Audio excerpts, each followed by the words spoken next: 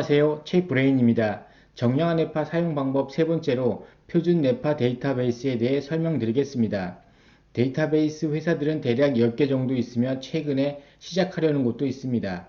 데이터베이스를 평가하는 데 필요한 내용으로 준비하였습니다. 이번 영상으로 데이터베이스 이해, 레포트 평가 및 분석, 그리고 데이터베이스를 선택하시는데 많은 도움이 되시길 바랍니다. 원 뇌파와 평균 진폭 뇌 지도입니다. 뇌 지도는 좌측에 측정된 원 뇌파를 데이터베이스와 비교 없이 그대로 변환한 것입니다. 따라서 한 번에 측정된 데이터가 정상이다 아니다를 판별하기가 어려울 것입니다. 왜냐하면 기준이 되어 있는 데이터가 없기 때문입니다. 임상 경험을 갖고 계시다면 쉬울 수도 있습니다만 해외 유명한 전문가들도 데이터베이스를 참고하여 정확한 정량한 뇌파 평가를 하는데 사용하고 있습니다. 또 다른 것은 원 뇌파와 평균 진폭 스펙트럼입니다. 스펙트럼 아래는 델타, 셀타, 알파, 베타, 하이베타 순입니다. 알파의 활동이 큰 것을 알 수 있으나 정상에서 얼마나 크거나 또는 작아서 문제가 되는지는 오랜 경험과 노하우가 없으면 판단하기 어렵습니다. 그래서 정상 데이터와 측정된 데이터의 비교가 필요해 데이터베이스가 개발되기 시작하였습니다. 이것은 표준 데이터베이스의 전체적인 개요 정보입니다. 상단은 델타, 세타, 알파, 베타, 하이베타, 좌측은 절대파워, 상대파워, 진폭, 불균형, 연결성, 위상, 지연입니다. 표준 데이터베이스에서 제공하는 것은 성별, 연령, 컨디션으로 수집된 표준 데이터베이스와 측정된 데이터의 비교입니다. 환자의 연령 범위 내에서 건강한 뇌의 규범적 데이터베이스와 상관관계가 있는 결과를 만드는 데 사용합니다. 데이터베이스는 같은 연령과 성별에 대한 데이터와 비교해 많은 정보를 얻어 실제의 뇌 기능 상태를 파악할 수 있으며 증상에 따른 패턴도 발견할 수 있습니다. 데이터베이스의 대략적인 것을 알아보도록 하겠습니다. 데이터베이스의 역사는 대략 30에서 40년 정도 시작되었습니다. 최초의 QEG 노메이티브 데이터베이스는 1950년대 UCLA에서 나사 관련 프로젝트의 일부로 스터먼 박사와 카이저 박사가 구축하였습니다. 규범적인 데이터셋의 예측 정확도 및 오일률은 그 구성 뇌파 데이터 자체와 이를 분석한 통계적 방법에 따라 좌우됩니다. 역사적으로 규범적인 정량한 뇌파 데이터셋의 통계적 기준은 두 명의 스웨덴 학자인 닥터 밀로스 마토우셀과 닥터 인저머 피러슨에 의해 1973년경 피어 리뷰 저널의 논문 발표를 통해 적용되었습니다. 표준 데이터베이스 수집은 주의해야 합니다. 첫째, 규범적인 데이터셋을 구성하는 대상자들은 건강인의 대표 샘플로서 결격이 없도록, 즉 다른 신경학적 기억력, 정신과적 기억력, 학교 적응 실패를 비롯한 행동적 문제 발생의 기억력이 없는지 등에 대한 사전 평가가 충분히 이루어져야 합니다.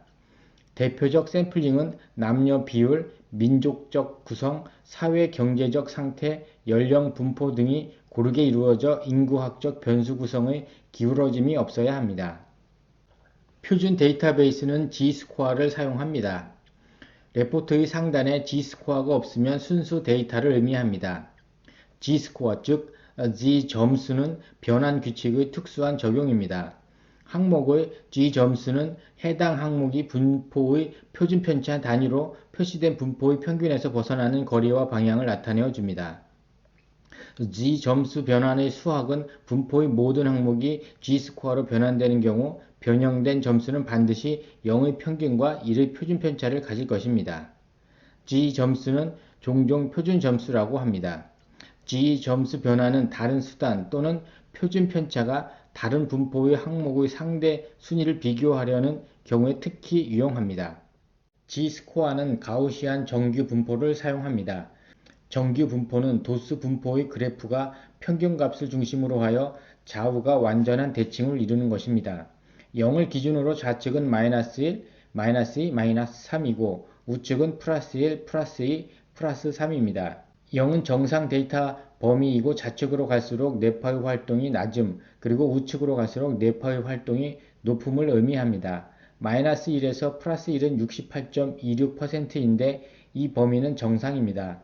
마이너스 1부터 마이너스 2 또는 플러스 1부터 플러스 2까지는 13.59%로 낮음과 높음입니다. 마이너스 2 또는 플러스 2 이상부터는 임상적 증상의 의미가 있는 것으로 매우 낮음과 매우 높음입니다. 가끔은 데이터베이스를 사용하려고 하시거나 하고 계시는 분들께 질문을 받습니다. 논문을 쓰려고 하는데 G스코어 점수에 적용된 뇌파 활동 값들을 알 수 있습니까? 라고요.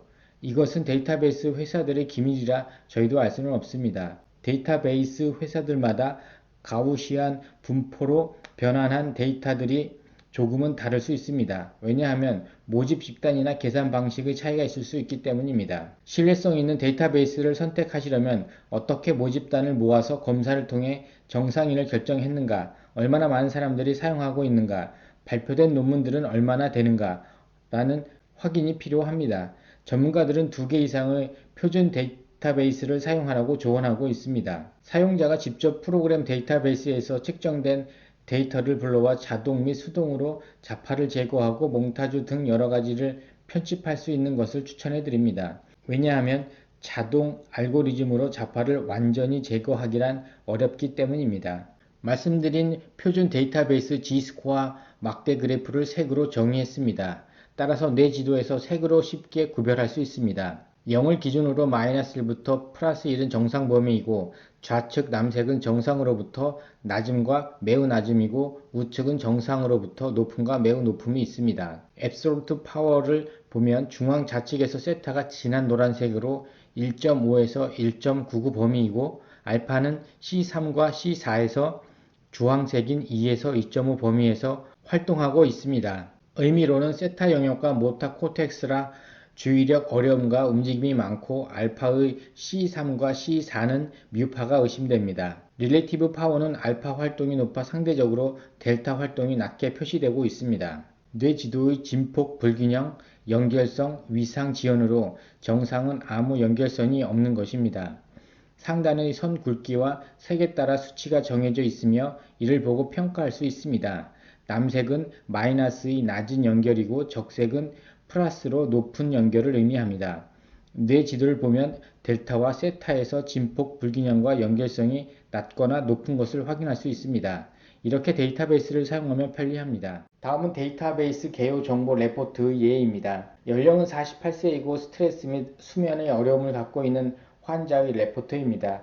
각자 영상을 멈추고 레포트를 살펴보시기 바랍니다. 지금까지 설명드렸던 내용을 참고하셔서 데이터베이스를 사용하시기 바랍니다. 데이터베이스가 편리합니다만 너무 의지하는 것은 금물입니다. 왜냐하면 데이터베이스도 오류가 있을 수 있고 표현할 수 없는 것들이 있기 때문입니다. 그리고 원뇌파와 같이 반드시 확인하셔야 합니다. 전문적이고 정량한 뇌파 지식과 자격증 교육은 BSCIA와 KFPP에서 개최하는 IQCB 교육이 있습니다. 참가하시는 것을 추천해 드립니다. 다음은 정량한 뇌파 사용 방법, 마지막으로 증상에 따른 정량한 뇌파에 대한 내용입니다. 많은 시청 부탁드립니다. 이상 최브레인이었습니다.